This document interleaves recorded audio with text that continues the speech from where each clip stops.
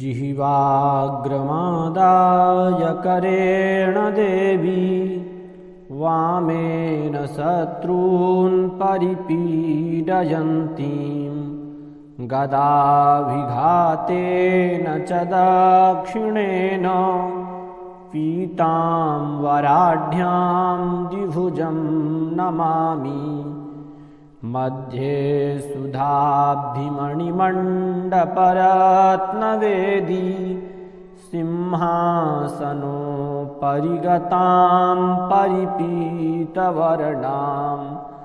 पीताम्बराभरणमाल्यविभूषिताङ्गी देवीं स्मरामि धृतमुद्गरवैरिजिह्वाम् देवीं स्मरामि धृतमुद्गरवैरिजिह्वाम्।